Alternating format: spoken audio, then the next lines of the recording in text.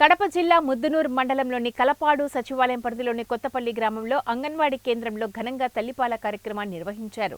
ఈ సందర్భంగా ముద్దునూరు ప్రాథమిక ఆరోగ్య కేంద్రం వైద్యాధికారి షేక్ కరిష్మా మాట్లాడుతూ గర్భిణీ స్త్రీలు బాలింతలకు తల్లిపాల ప్రాముఖ్యత గురించి వివరించారు.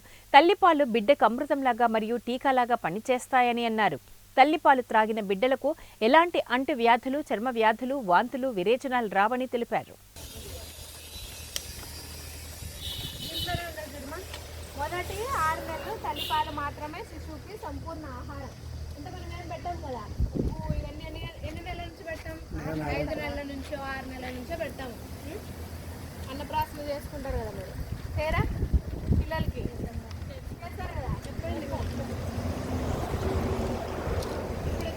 తల్లిపాలు శిశువు నిమోనియా మరియు అతిసార వ్యాధి వంటి ప్రమాదకమైన వ్యాధుల నుంచి కాపాడుకోవాలి. న్యూమోనియా అంటే ఏంటి? చలికాలంలో పిల్లలకి దగ్గు జలుబు చేయడం వల్ల అన్నం అనేది ఊపిరితిత్తులో చేరి కొందరు పిల్లలని ఆక్సిజన్లో పెట్టి ఆక్సిజన్ పెడతా అంటాం, అవునా?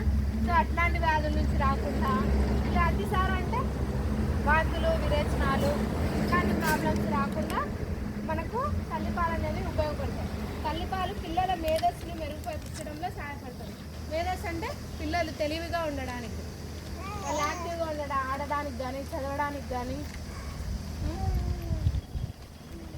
తల్లిపాలు అధిక రక్తపోటు, మధుమేహం మరియు స్థూలకాయం వచ్చే అవకాశాలను తగ్గిస్తుంది.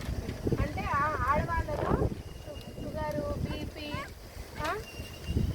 లావుగా అయిపోతుంటారు కదా మనుషులు, అట్లా అవ్వకుండా ఉండడానికి ఉపయోగపడుతుంది.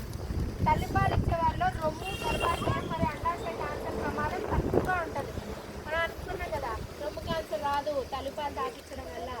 దానివల్ల హార్మోన్స్ అనేది తగ్గి మన గర్భాశయం కానీ మన రొమ్ములో కానీ క్యాన్సర్లు అనేవి రావు. తల్లిపాలు తల్లి మరియు బిడ్డ మధ్య బాధ్యత్వాన్ని పెంచుతుందంటే, మీరు పిల్లలతో బాగా సఖ్యతగా ఉండడానికి, ప్రేమగా ఉండడానికి తల్లిపాలు అనేవి ఇంకా బాగా తోడ్పడతాయి.